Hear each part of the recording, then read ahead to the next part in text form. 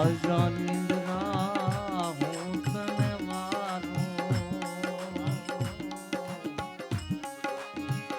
તું છો નાર ધૂતારી રે જાજા નિંદ્રા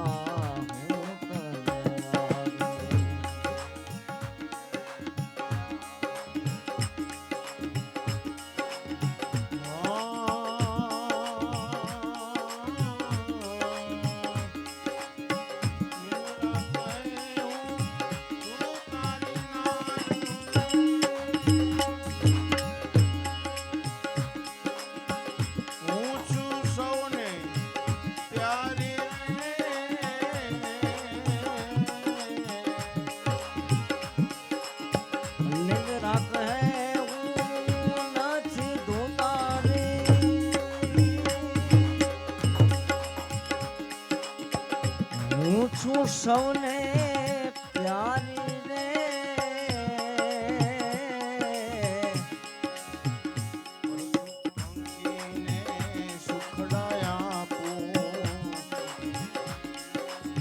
અરે પશુ પંખીને સુખડાયા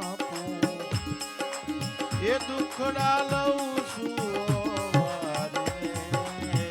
રાજા ઇન્દ્રા હું તને રાજા નિંદ્રા તું સોનાર દૂતારી રે રાજા નિંદ્રા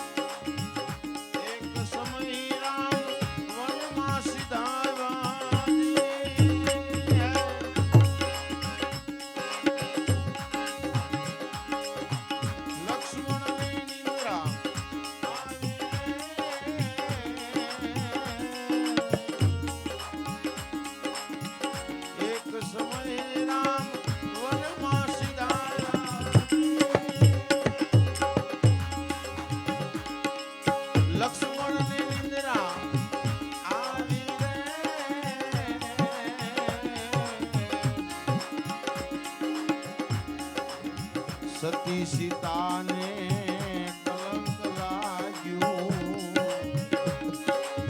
ભાયુમાં ભ્રાત રાજા નિંદ્રા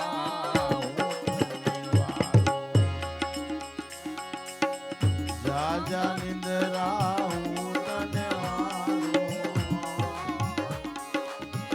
તું છો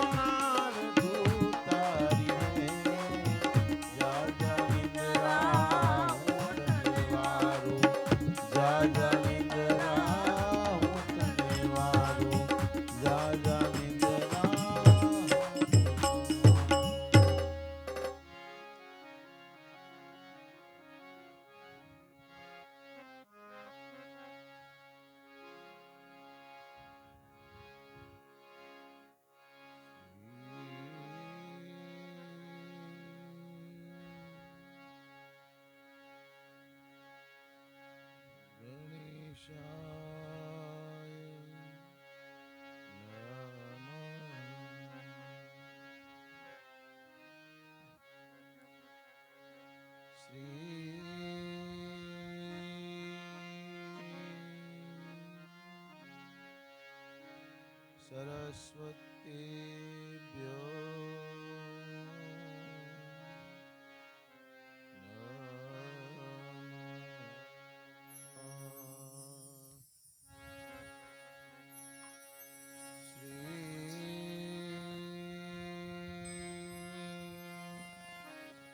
સદગુરુભ્યો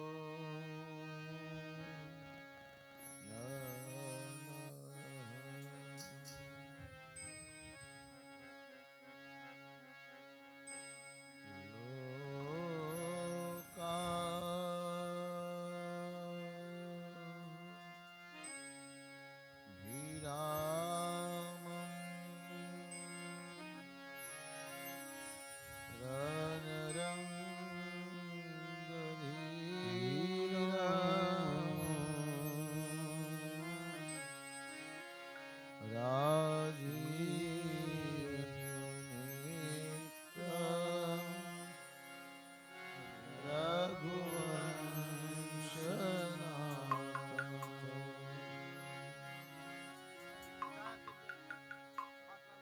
કારુણ્યરૂપ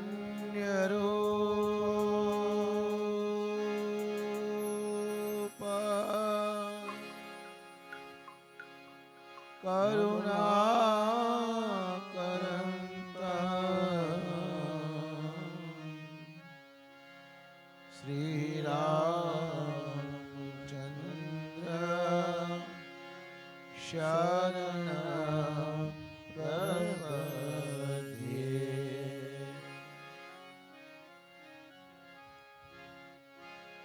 મનોજવા મારુતતુલ્ય વેગ જીતેન્દ્રિય બુદ્ધિમતા વરિષ્ઠ વાતાત્વજા વાનરયોથ મુખ્ય શ્રી રામદૂત શરણ પ્રપદ્યે. ધ્યેયં સદા પરિભવગ્નમ ભીષ્ટદોહં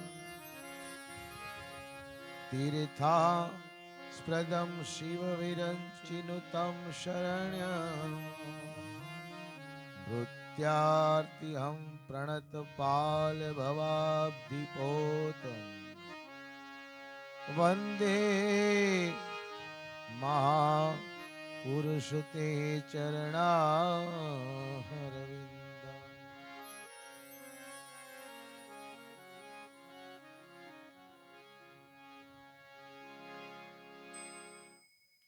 નારાયણં નમસ્કૃત્ય નરં ચૈવ નરોત્તમં દેવીં સરસ્વતીં વ્યાસો તતો જયમુદીર.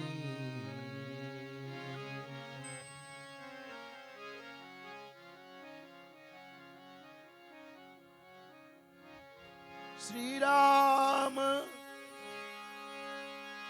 જય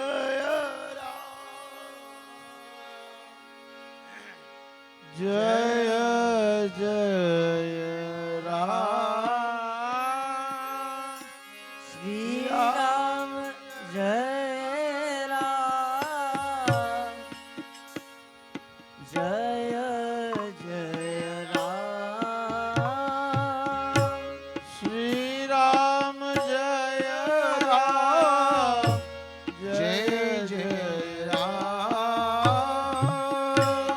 શ્રી રામ જય રામ જય જય રામ. શ્રી રામ જય રામ જય જય રામ. શ્રી રામ જય રામ જય જય રામ. શ્રી રામ જય રામ જય જય રામ. શ્રી રામ જય રામ જય જય રામ. શ્રી રામ જય રામ જય જય રામ. શ્રી રામ જય રામ જય જય રામ. શ્રી રામ જય રામ જય જય રામ. શ્રી રામ જય રામ જય જય રામ. શ્રી રામ જય રામ જય જય રામ.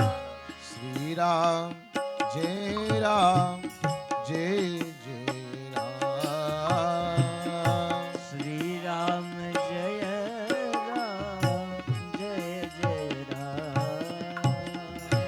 શ્રી રામ જય રામ જય જય રામ. શ્રી રામ જય રામ જય જય રામ. શ્રી રામ જય રામ જય જય રામ. શ્રી રામ જય રામ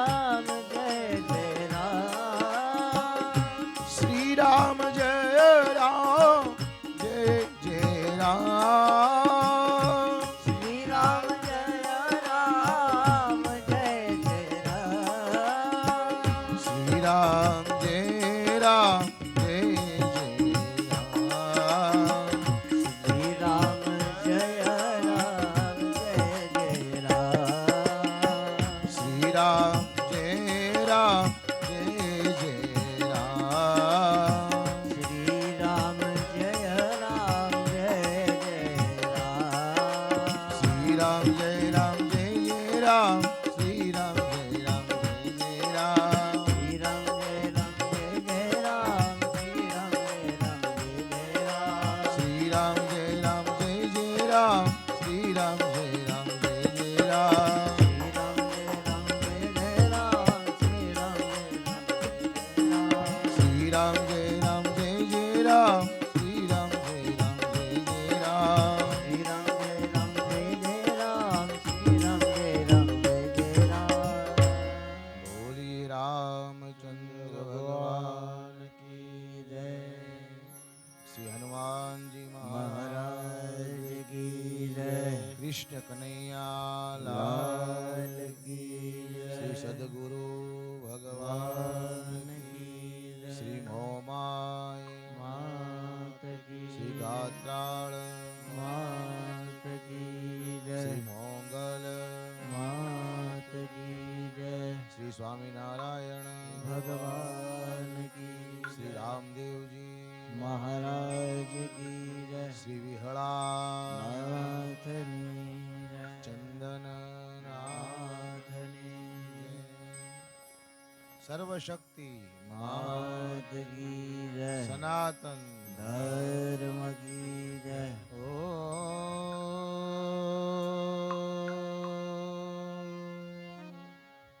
નમઃ પાર્વતી વતે હર હર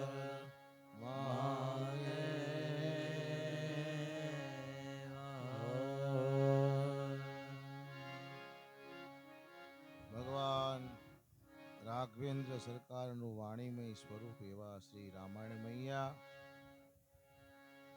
અહીં બિરાજમાન જગદંબા એવા શ્રી મોમાઈ માતાજી, શ્રી મોંગલ માતાજી અને શ્રી ગાત્રાળ માતાજી એમના શ્રી ચરણોમાં પ્રણામ. જેની કૃપા દ્રષ્ટિ માત્રથી જીવને જ્ઞાન, ધ્યાન, વૈરાગ, જપ, તપ, ધર્મ, અર્થ, કામ અને મોક્ષ સહજ પ્રાપ્ત થઈ જાય એવા શ્રી અખંડ ધ્યાન સ્વરૂપા શ્રી ભક્તિનંદ હનુમાનજી મહારાજના શ્રી ચરણોમાં પ્રણામ. અને આપ સૌના હૃદયમાં બિરાજમાન સીતારામજીનું દિવ્ય સ્વરૂપ એના શ્રી ચરણોમાં મારા કોટી કોટી પ્રણામ.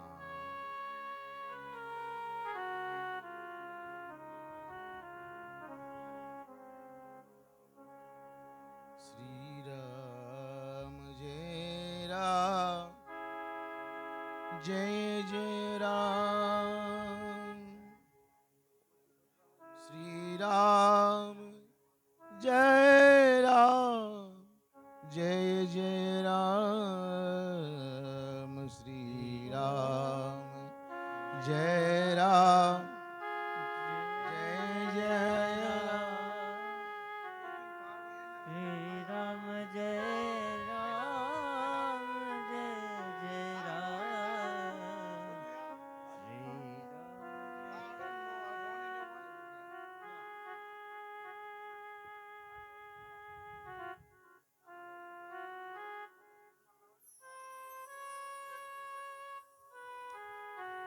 ભગવાન રાઘવેન્દ્ર સરકારનો આપણે રાજ્યાભિષેક કર્યો, રાજ તિલક કર્યું, ભગવાન રામ રાજા બન્યા અને મહારાણી જાનકીજીને સુંદર મજાના સિંહાસન માથે શોભાયમાન છે.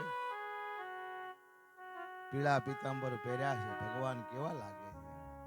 હાથમાં ધનુષ્ય બાણ છે, કપાળમાં સુંદર મજાનું ભગવાને તિલક કર્યું છે, કમળ જેવી ભગવાનની આંખો છે. ભગવાન સિંહાસન માંથી એવા શોભી રહ્યા છે કે માતાઓ બધી હવે ભગવાનની આરતી ઉતારે છે. હવે બ્રાહ્મણોને, યાચકોને જેટલા જેટલા હકદાર હતા ને ભગવાને એટલું આપ્યું ને કે એને આખી જિંદગી બીજી વાર માંગવું ન પડે. આટલું આપ્યું ભગવાને દાન. હવે ગોસ્વામીજી મહારાજ કથાને અંતિમ શરણમાં લઈ જઈ રહ્યા છે. એ સાંભળો બાપા. હવે આમ જો અડધી કલાક છે, વધીને પોણી કલાક. બહુ ટાઈમ આપણી પાસે નથી અને તમે જો વાતું કરવામાં રહેશો તો કથા રહી જાય છે બાપા. સમજ્યા? થોડી વાર મને આપો, તમે 20 મિનિટ આપો બસ.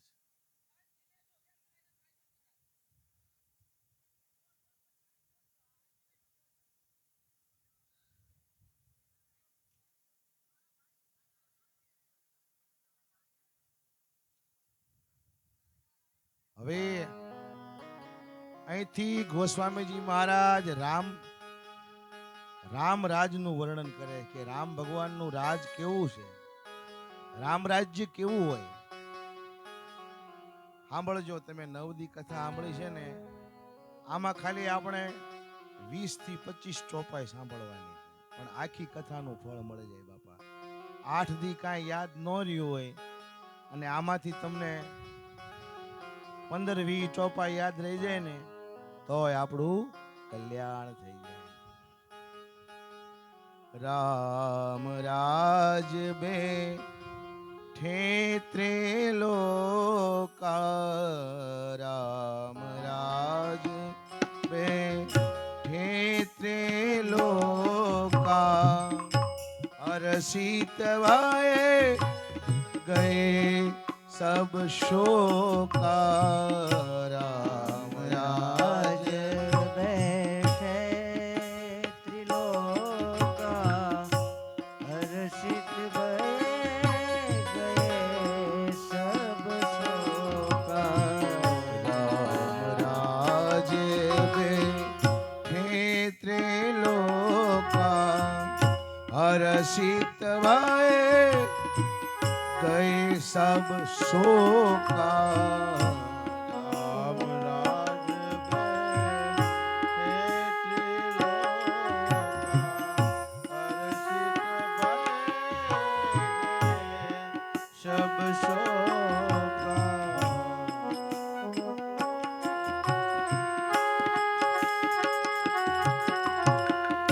बैरुन कर काहू सन कोई, बैरुन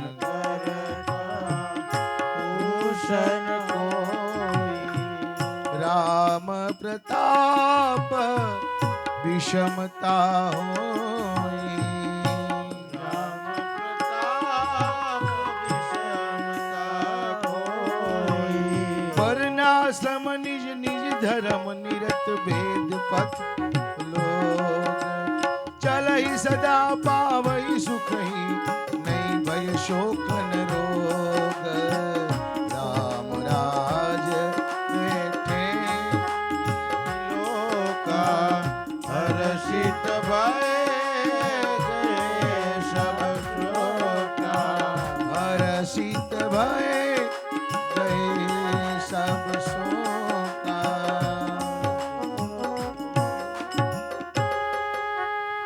કેવું રામ રાજ્ય છે કે બધાય લોકો આનંદમાં રહે છે. કોઈના હૃદયમાં શોક નથી, મોહ નથી, કોઈ પણ પ્રકારનો ભય નથી, કોઈની હારે કોઈને વેર નથી અને કોઈનામાં નાના મોટાનો જરાય ભેદ નથી અને બધાય કોઈ પણ પ્રકારનો ન્યા રોગય નથી બાપા. સમજ્યા? અને બધાય જે છે નગરના નરનારી ઈ પોતાના વર્ણાશ્રમ ધર્મ પ્રમાણે પોતપોતાનું બધાય કર્તવ્ય નિભાવે છે. દેહિક દેવિક ભૌતિક તાપા, રામ રાજ નહીં કાહુ વ્યાપા. લોકો વેદની રીતિ પ્રમાણે અનુસરે. સમજ્યા? અહીંયા એક સિદ્ધાંત છે ગોસ્વામીજી આપ્યો કે શાસ્ત્રોની રીતિ પ્રમાણે જીવન જીવવામાં આવે ને બાપા, તો ત્યાં આટલી વસ્તુ ન હોય, કેટલી કોઈ જાતના રોગ ન હોય, ભય ન હોય, મોહ ન હોય, શોક ન હોય. આ ઉદ્દેશ છે આ ચોપાઈનો, કે વેદની શ્રુતિ પ્રમાણે, શાસ્ત્રની રીતિ પ્રમાણે જો જીવન જીવવામાં આવે તો આ માયલું કાંઈ હોય નહીં બાપા, રોગય ન હોય ને કાંઈ ન હોય. સમજ્યા? પ્રકૃતિ બધી રીતે આપણને સહકાર કરે, બધી રીતે, આદિ દેવી, આદિ ભૌતિક, કોઈ પણ પ્રકારના આદિ વ્યાધિ ઉપાધિ ત્રિવિધિના તાપથી મુક્તિ થઈ જાય બાપા. પણ જો વેદની રીતિ પ્રમાણે અને શાસ્ત્રોની અનુમતિ પ્રમાણે જીવન જીવવામાં આવે તો, આવું ગોસ્વામીજી મહારાજ કહે છે. હવે એ વખતે 4 ચરણમાં હતું તપ. ધર્મ 4 ચરણમાં હતો. શું હતું? કે તપ હતું, પવિત્રતા હતી, દયા હતી અને દાન. અને કળિયુગમાં ખાલી એક ચરણ ઉપર ધર્મ ઉભો છે અને ઈ દાન. એન કેન દાન વિધિ કરે કલ્યાણ. બીજું શું કહે છે? કેવા નર નારી હતા ભગવાન રામ વખતે, કેવા નર નારી હતા કે એ નર હતા ને ઈ એક નારી વ્રત ધારી હતા, અને નારી હતી ને એક પુરુષ વ્રત ધારી હતી. પતિ પત્નીનો જે વચન છે ને એ વચનનું સંપૂર્ણપણે પાલન થતું. ઈ આ શાસ્ત્રની રીત છે બાપા. હજી કાંઈ કળયુગ પૂરેપૂરો જામ્યો નથી. સમજ્યા? હજી આપણે આ બધા જોઈએ છે ને તો હજી ઘણા એટલે બધાય લગભગ હજી વચનબદ્ધ છે. ક્યાંક કીધું ભાઈ આખી બટેકાની ગોળ હોય એમાં 2 બગડી ગયા હોય, કઈ ગોળ નો નાખી દેવાય. સમજ્યા? આખી 2 બટેકા નાખી દેવાય. એમ હજી શહેરોમાં, ગામડામાં બધે આવી એક વચનવાળી સ્ત્રીઓ છે, એક વચનધારી પુરુષો છે બાપા. એનું કારણ છે કથામાં પ્રેમ છે, સત્સંગમાં પ્રેમ છે, ભજનમાં પ્રેમ છે, પૂજામાં પ્રેમ છે. નકર પ્રેમ ન હોય બાપા. સમજ્યા? ભગવાન પાસે માથું ન નમાય. હવે શું કહે છે?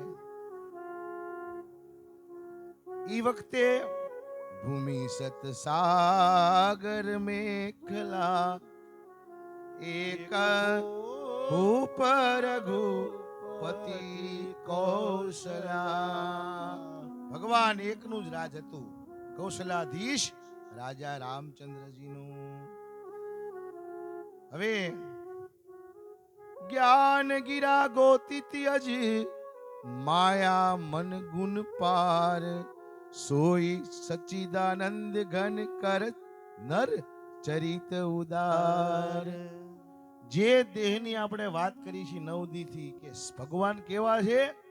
સત, ચિત અને આનંદ.